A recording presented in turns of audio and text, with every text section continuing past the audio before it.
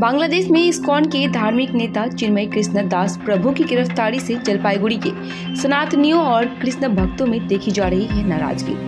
Every drop of water counts. SBM Gold's water tank is the most sustainable and durable water storage solution available. Our hashtag Asli Commitment. Bangladesh में ISKCON के धार्मिक नेता चिन्मय कृष्ण दास प्रभु को सोमवार दोपहर गिरफ्तार कर लिया गया है।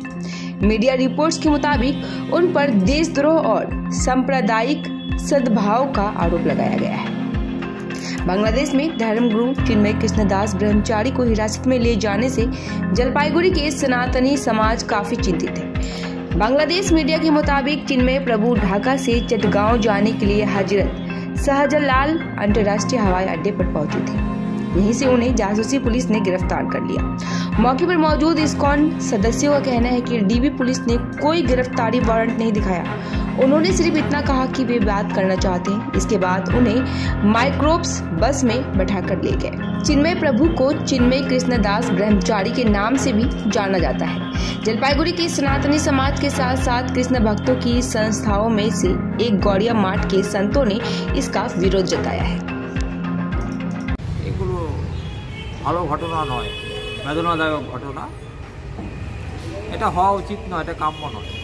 কি চাচ্ছেন? যিনি ক্ষমতায় আছেন তিনি তো বারবার বলছেন আমরা সব এক, আমরা সব বাংলাদেশি, কিন্তু কার্যক্ষেত্রে কিন্তু হচ্ছে উল্টোটা।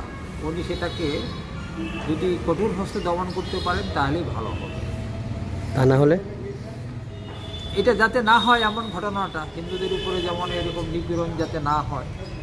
এর মধ্যে তো তিনজন পরিবার বাংলাদেশ থেকে এসছেন, যাদের একজনের সাথে ওনার মিসেস ছিলেন এবং ছেলে ছিলেন, এসে বলছেন যে আমাদের ওখানে থাকতে গেলে কর দিতে হয়, কর যদি দিতে না পারো তাহলে তোমার ঘরের বধূকে টেনে নিয়ে চলে যাব। এটা অত্যন্ত বেদনাদায়ক। এই অবস্থায় বাংলাদেশে এই সম্প্রদায়, সংখ্যালঘু সম্প্রদায় থাকতে পারে না শান্তিপূর্ণভাবে, নিশ্চিন্ত হয়ে থাকতে পারে। এটার কিন্তু একটা আপনার সুব্যবস্থা নেওয়া উচিত। আমার মনে হয় মোহাম্মদ ইউনূস সাহেব পারবেন, উনি চেষ্টা করলে পারবেন, ওনার সেই ইচ্ছাও আছে। ওনার ইচ্ছাকে আমি ধন্যবাদ জানাই। এই সনাতনীদের উপরে অত্যাচার পরপর কী বলবেন? এইভাবে কৃষ্ণ ভক্ত যারা, তাদের কি বলবো, এ তো বলার ভাষা নেই। কোনো ভক্তদেরকেই উৎপীড়ন করা উচিত না, সে ইসলাম ধর্মাবলম্বী হোক, হিন্দু ধর্মাবলম্বী হোক, আরও করে উৎপীড়ন করা উচিত নয়।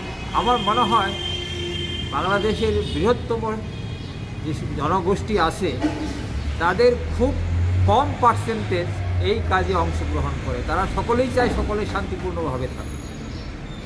মুসলিম বলে ওরা দোষী আমি বলবো না, ওদের মেজরিটি অংশই, অর্থাৎ 95% মানুষই চায় সকলেই সমানভাবে ধর্ম পালন করুক এবং ভালোভাবে শান্তিপূর্ণভাবে থাকুক।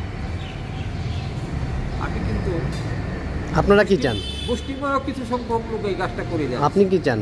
আমি চাই শান্তি, বাংলাদেশের সকল মানুষ শান্তিপূর্ণভাবে থাকুক। আপনার নাম? রঞ্জিত কুমার মুখ।